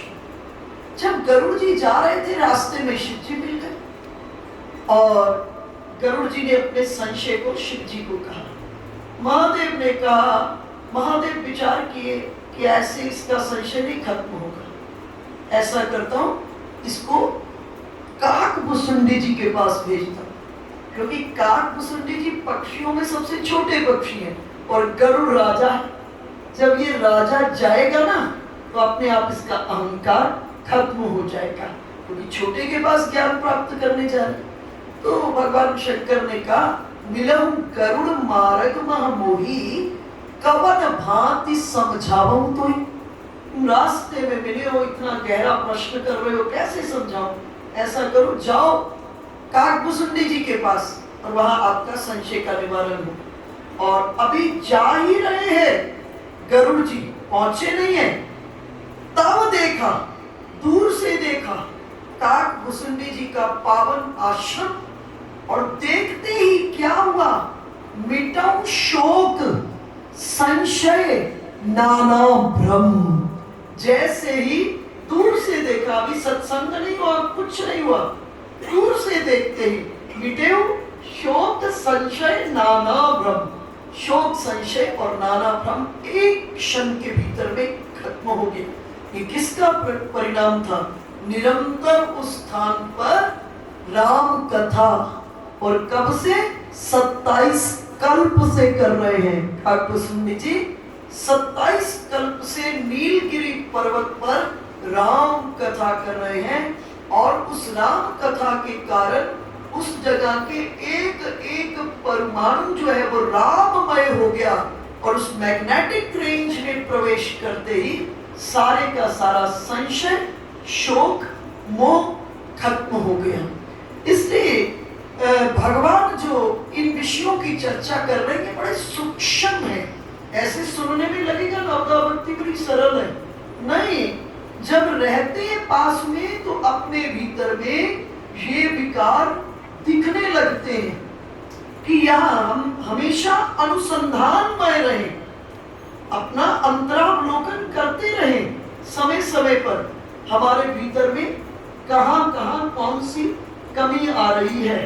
तो इस जगह भगवान इस राजमार्ग के बारे में सुनाते हुए कह रहे हैं, चौथी भक्ति मम गुण गना करई कपट तजी खान। इसलिए भगवान के गुणगान के भीतर में कपट नहीं होना चाहिए। यहाँ दूसरा अर्थ है कि जो भगवान का गुणगान कर रहे हो वो अपनी प्रसन्नता नहीं, वो भगवान की प्रसन्नता के लिए होना चाहिए। जब भगवान का गुणगान करें तो वो अपनी प्रसन्नता के लिए नहीं, वो किसकी प्रसन्नता के लिए? ठाकुर जी की प्रसन्नता के लिए हो।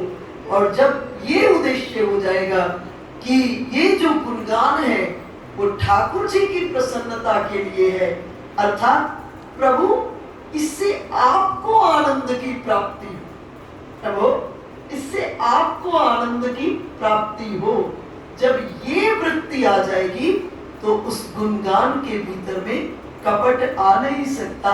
उस गुणगान के भीतर में प्रभु की प्रसन्नता मुख्य हो जाएगी। फिर उसके बाद बोल रहे अगली भक्ति कंडीशन लगा दी, मंत्र जाप मम दृढ़ विश्वासा, पंचम भजन सो वेद प्रकाशा। अगली भक्ति पांचवी भक्ति कह रहे हैं, मंत्र जाप मम दृढ़ विश्वासा। कंडीशन लगा दी, दृढ़ विश्वास। इसलिए किसी भी मंत्र को आप जपते हैं, जपने से पहले विश्वास को गहरा कर दीजिए। जितना गहरा विश्वास उतनी जल्दी जीवन में वो मंत्र आपके व्यक्तिगत अनुभव का विषय बन जाएगा। मंत्र आपके व्यक्तिगत अनुभव का विषय बन जाएगा। इसको श्रीमद् भागवत महापुराण में कह रहे हैं, संदिग्धो ही हतो मंत्र व्यग्र चित्तो हतो जप। मंत्र में जरा सा भी संदेह हो गया, उस मंत्र का पूरा पूरा फल नहीं मिलेगा। इसलिए दृढ़ विश्वास। आप मेरे पास कभी भी कोई आया तो मैं सिर्फ एक ही बात कहती हूँ कि आप जब जपने लगना ना, उससे पहले इतना दृढ़ विश्वास कर लेना कि होगा ही होगा। अगर सकाम कोई भाव है तो उस सकाम भाव के भीतर में गहरा विश्वास रखना, और जितना गहरा विश्वास होगा उतनी जल्दी आप जीवन के भीतर में अनुभव के दौर से गुजर जाओगे। इसलिए दृढ़ विश्वासा, दृढ़ विश्वास।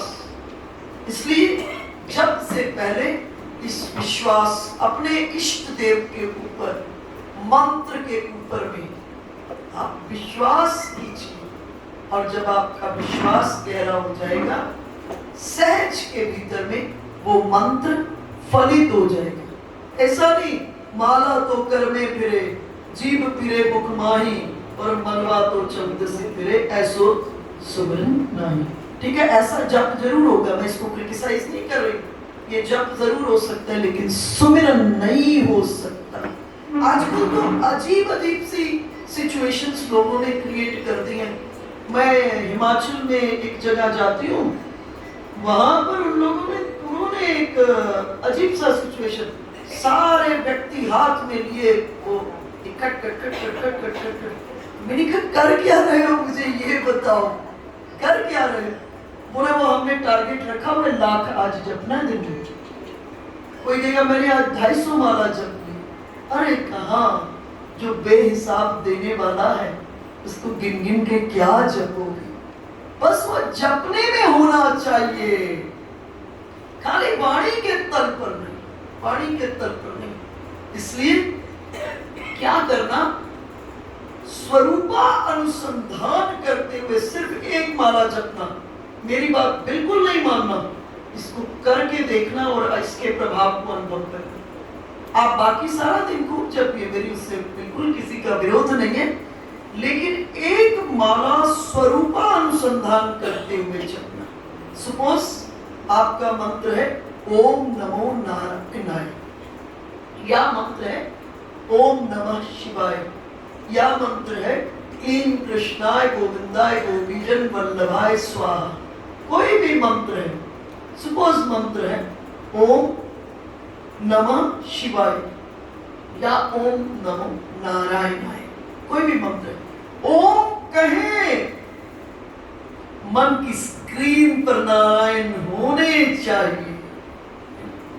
नमः कहें तो अपने मन से नारायण के चरणों में अपने को प्रणाम करते हुए देखना, और जब नारायण आए कहो फिर मन की स्क्रीन के ऊपर नारायण है, ऐसे ही माला जप लेना। मैं गारंटी से कहती हूँ, मेरी बात बिल्कुल नहीं मानिए, गारंटी से कहती हूँ 24 घंटे लगेगा नारायण साथ साथ चल रहे, 24 घंटे ही लगेगा। इसलिए जो आप करने जा रहे हैं ये देखिएगा, उसमें आप तो हो के नहीं, आप ही नहीं हो, सिर्फ प्रोसेस हो रहा है, तो उसका फिर मजा नहीं है, उसका फल नहीं आएगा जीवन के भीतर में। इसलिए जो करने जा रहे हो उसमें आप तो हो, और अगर आप हैं तो फिर बहुत जल्दी आप उसको अनुभव करेंगे।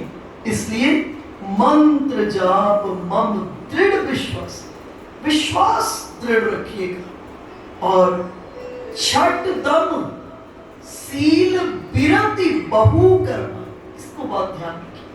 छठ दम सील बिरति बहु कर्म। देखो जब बच्चा छोटी क्लासेस में होता है, अप टू 10th 10वीं तक 7-8 सब्जेक्ट होते हैं, 7-8 सब्जेक्ट होते हैं। अब 12वीं में गए, सब्जेक्ट 4-5 हो गए। बीए में ऑनर्स में चले गए और सब्जेक्ट कम हो गए। एमए में पहुंचे और छोटा हिस्सा हो गया, और पीएचडी करने लगे तो एक टॉपिक ही रह गया। इसलिए बहु कर्मों में मत उलझे रहिएगा, समेटिएगा बहु कर्मों के भीतर में।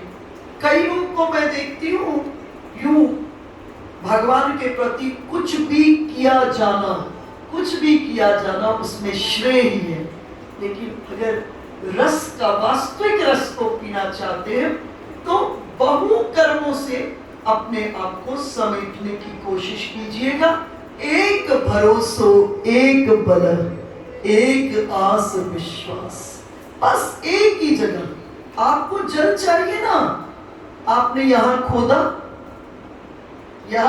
50 फीट जल नहीं मिला, आप दूसरी जगह खोदने लगे, 80 फीट खोद दिया, जल नहीं मिला। तीसरी जगह खोदने लगे, 100 फीट खोद दिया, जल नहीं मिला। अरे भाई एक ही जगह 200 फीट खोद लेते ना, जल की प्राप्ति हो जाती। दूसरी जगह जाने की क्या जरूरत है, एक ही जगह पर 200 फीट खोद लीजिए, जल मिल जाएगा। इसलिए बहु कर्मों से धीरे धीरे अपने आप को समेटिए, एक जगह पर जाके टिक जाइए, एक जगह पर टिक जाइए। इसलिए भगवान ये कह रहे हैं, मैं नहीं कह रही हूं, कहीं ये कह दो ठाकुर जी कह रहे हैं छठ दम सील बिरति बहु कर्म।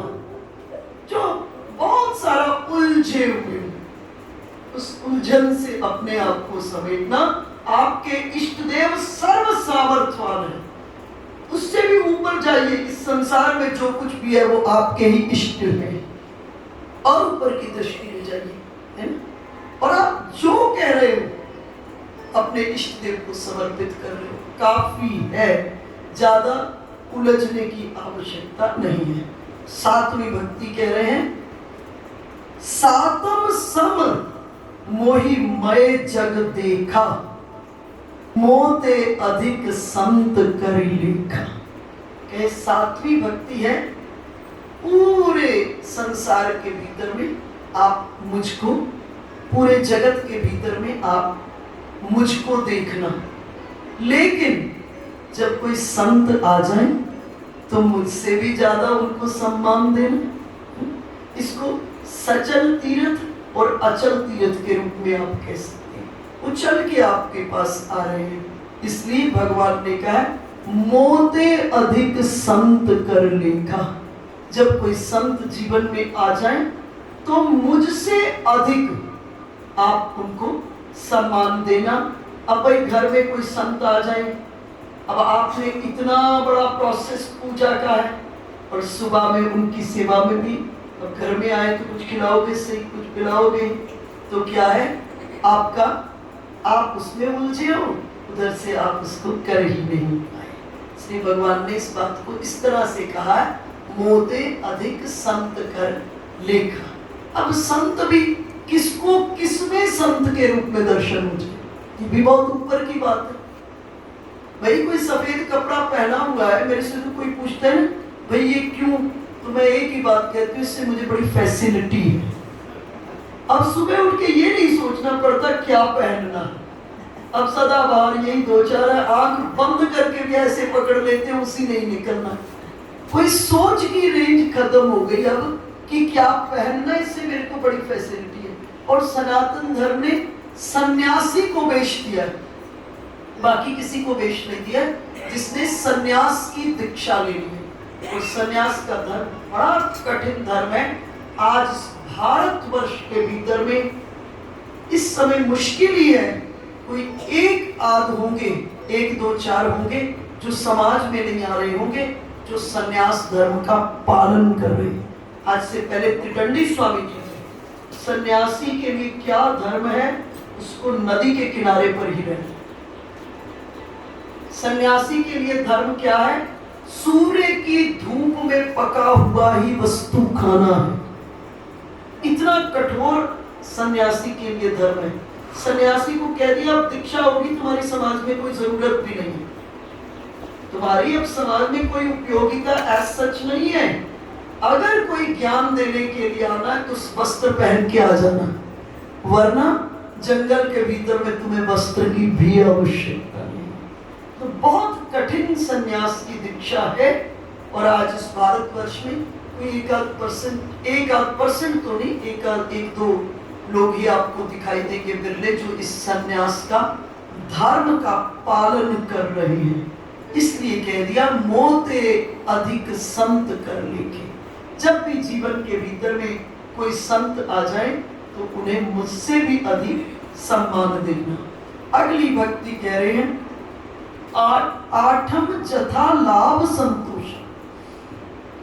जितना लाभ हो जाए, आपको लाभ प्राप्त करने की मनाही नहीं है, परंतु जितना लाभ हो जाए उसमें संतोष हो जाए। ये कहा लाभ प्रोग्रेस करने की, जीवन में उन्नति की आपको मनाही नहीं है। आप खूब उड़िए, खूब प्रोग्रेस कीजिए, लेकिन मेंटली प्रिपेयर्ड रहिएगा। जितना लाभ हो जाए उसमें संतुष्ट हो जाना। आठम जथा लाभ संतोषा। कंडीशन लगा दी, केवल इतने में बात नहीं बनेगी, जितना लाभ हो गया संतुष्ट हो गए। साथ में कंडीशन लगा दी, सपने नहीं देखो पर दोष। सपने में भी किसी के दोष ना दिखाई दे। और ये मुझे लगता है सबसे बड़ी साधना, ये इतनी बड़ी साधना है कि सपने में भी किसी के दोष ना दिखाई दे। हम आपको तो चलते फिरते दोष दिखाई दे देंगे, छोटे छोटे दोष, अनुकूलता प्रतिकूलता से दोष दिख जाते हैं। भगवान ने नवधा भक्ति है, इसको इतना आसान ना समझेगा। सपने नहीं देखो पर दोषा। कल मैं चर्चा की थी, विदुर जी को दुर्योधन ने मंत्री पद से निकाल दिया, लेकिन विदुर जी के मन में दुर्योधन के प्रति जरा भी द्वेष, ये बहुत बड़ा विषय है कि हमारे मन में किसी के प्रति किसी के दोष को, द्वेष नहीं, दोष को न देखें। और नवम भक्ति क्या कह रहे हैं? नवम सरल सब विधि छल ही। जटिल होना बड़ा आसान है, सरल होना बहुत कठिन है। इसलिए भगवान ने नौवीं भक्ति कह दी, नवम सरल सब विधि छल ही ना, मम भरोस किए हर्ष न दीना। मेरे पर भरोसा करके ना तो किसी चीज को प्राप्त करके बहुत खुश हो जाना, और किसी चीज के जाने पर किसी प्रतिकूलता में दीनता जीवन में नहीं आनी चाहिए। अगर गा लोगे तो ये इतनी सरल लगेगी, पटपट गा देंगे ये नवदा भक्ति। जीवन में उतारेंगे तो मुझे लगता है कई बरस जन्म लग जाएंगे इस पर पूरा करने के लिए। इसलिए ये नवदा भक्ति चलो इस जन्म में नहीं, जितनी इस जन्म में हो जाए, परंतु हमें प्रयासरत रहना चाहिए, क्योंकि ये जो ब्रह्म विद्या है शरीर छोड़ने के बाद साथ जाने वाली है। बाकी सब यही रह जाएगी। संसार में पीएचडी करोगे, लेकिन अगला जन्म होगा फिर कच्ची क्लास में पढ़ने जाना पड़ेगा। लेकिन ये जो ब्रह्म विद्या है ये शरीर छूटने के बाद साथ जाएगी। मैं एक ऐसे बच्चे को जानती थी, मेरी एक फ्रेंड थी, उसकी मौसी